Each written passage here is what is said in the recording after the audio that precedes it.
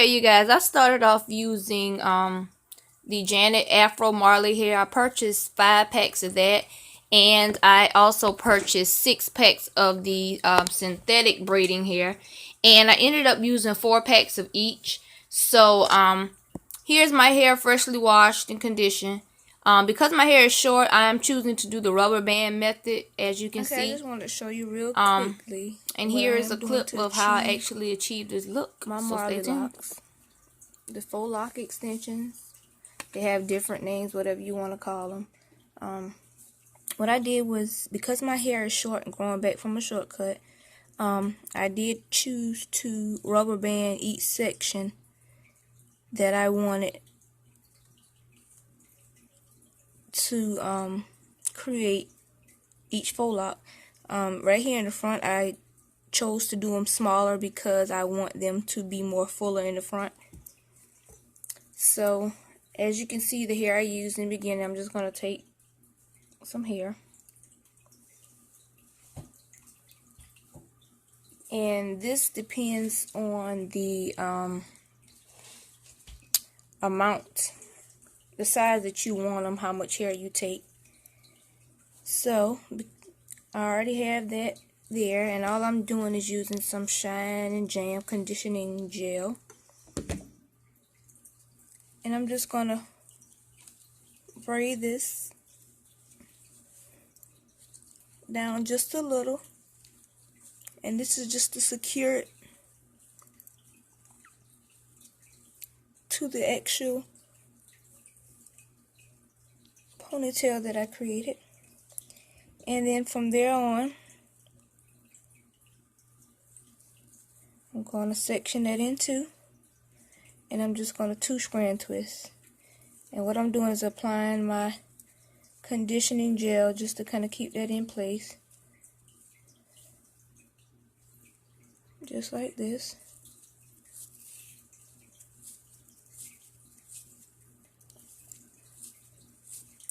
And I am going to take this all the way to the end, like I did this one.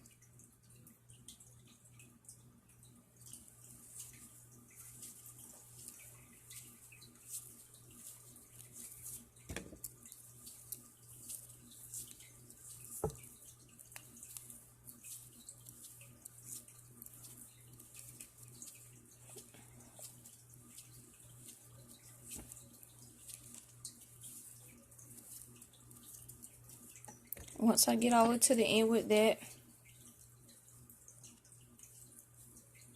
I'm going to leave it just like that.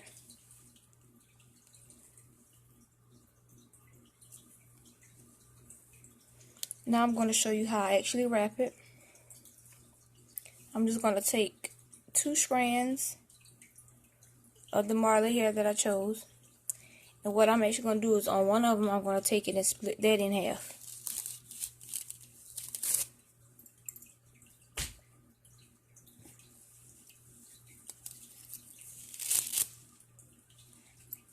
And I'm going to just set those to the side. Now with the next one,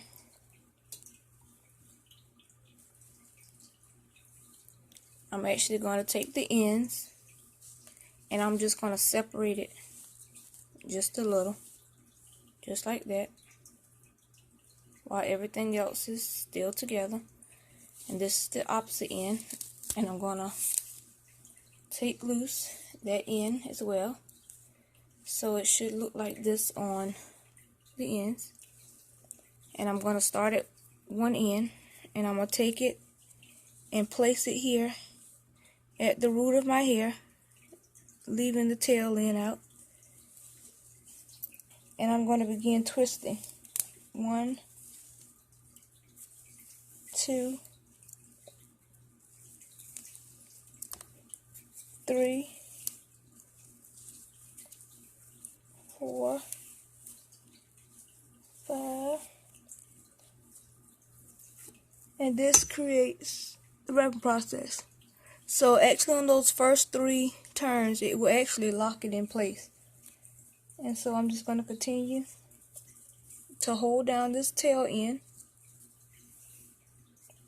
while I'm actually wrapping this hair around the twist. And as I'm doing that, you want to make sure you're sliding it up to secure it, because if not, it will loosen. So I'll say after 3 or 4 turns, you want to make sure you're pushing it up just a little. And as you, the more you do these, I do a lot of these on my clients and stuff, the more you do these, the faster you'll get. So that's why you'll see me actually going with speed. And as I'm going, let me slow it down for you. I'm still just wrapping. You want to make sure you're not wrapping on top of each other, because it's going to create a big bulk there. So you just want to make sure you're wrapping and moving your hands in a downward motion. Just like this. I'm going to slow it down for you. Taking those 2 fingers and grabbing the hair. Just like this.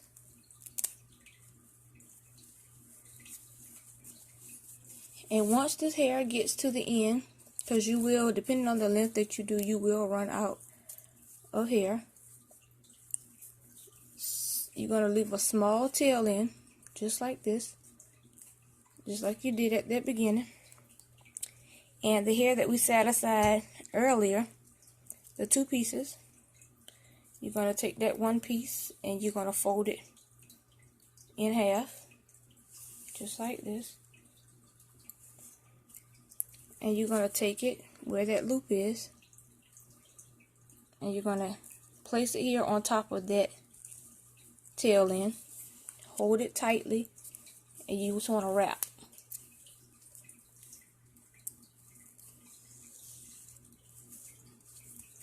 And you want to wrap to secure that loop in, just like that. And you're going to repeat the same step that you did at the beginning, moving downward.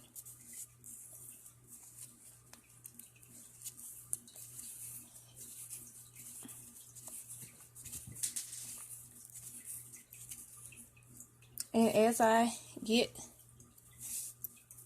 to the length I want, how I actually seal my ends,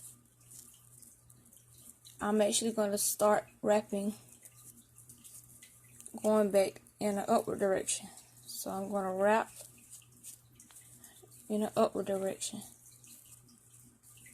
And the more you wrap upward, the thinner the pieces of hair gets. This is actually what locks it in place. That thin piece of hair. And you're going to keep wrapping and keep wrapping and keep wrapping that thin piece until you can't wrap it anymore. And you just want to palm roll it. Just like that. That actually secures your lock, which will require no burning or gluing, however you choose to do your ends. But because I do like extra security, I run my lighter over it once, and I just rub it together just to make sure that everything's secure. Here at the bottom, I'm going to just cut off that piece of hair. Burn that in. And it should look like that. And that's a completed faux lock. And I'm going to show you again.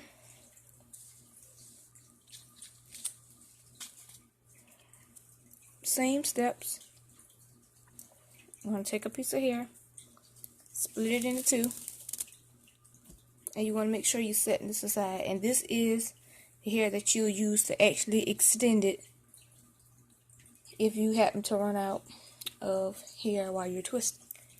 You're going to take a second strand. You're going to open out both ends. And you don't have to go halfway, just enough for both ends. Same thing. You're going to grab your twist.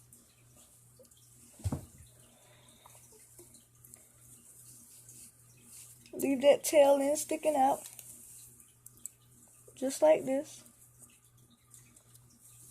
And you're going to wrap.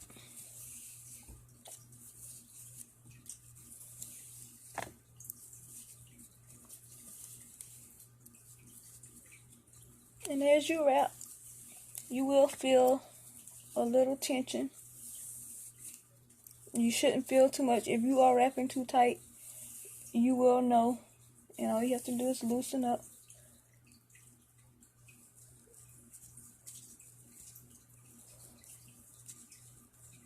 Pushing it up.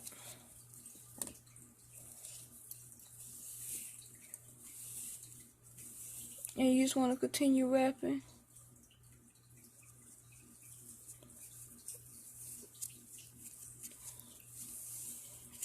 See what just happened? You want to make sure you're keeping that wrap close together, because if you don't, you're going to end up doing what I just did, which I'm glad it did, so I could be able to tell you about it. Going to keep that wrap as close as possible. And sometimes this happens when you have a piece of hair that is thinner than the other, because sometimes in the packaging you get some of the strands come out a little thicker than the other ones. But keeping it close like that, it fills in that gap, so you don't have much to worry about. And while you're holding this twist with the hand, what I do is I take the middle finger off of this hand and I just keep pulling that through. As I wrap, I pull with this hand. I pull this back around, take this middle finger and pull it. And this is how it looks in slow motion. I'm going to push it up in slow motion. Pull it with this finger, grab it with the middle finger. Pull it with this finger.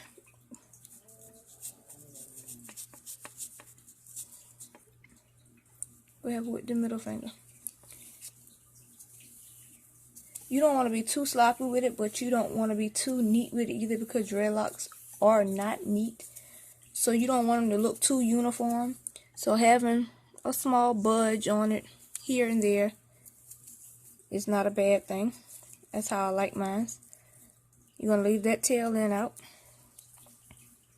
Going to grab one of those strands of hair, fold it in half. Where that loop is, place it right on top of that tail end, and very tightly begin wrapping in the same direction that you were doing before.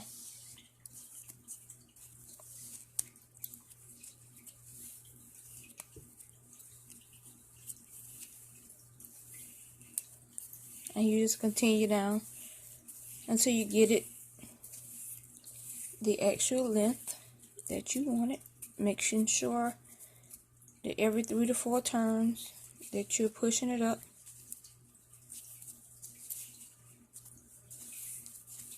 And that's just to secure it, because if it's too loose, once you do burn the end or however you decide to secure your ends, it will poof back out and start unraveling, and you do not want that to end up happening. So once I have about this much left, I'm going to start wrapping it back up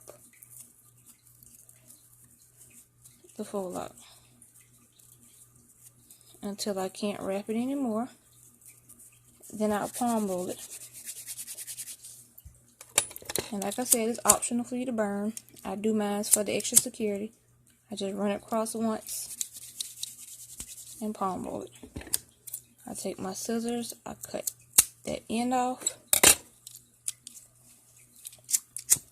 I burn it, mash it together, and that's what you have. I hope this tutorial was helpful for you guys. Stay tuned for my completed style. Rate, comment, subscribe, and I'll see you in my next video.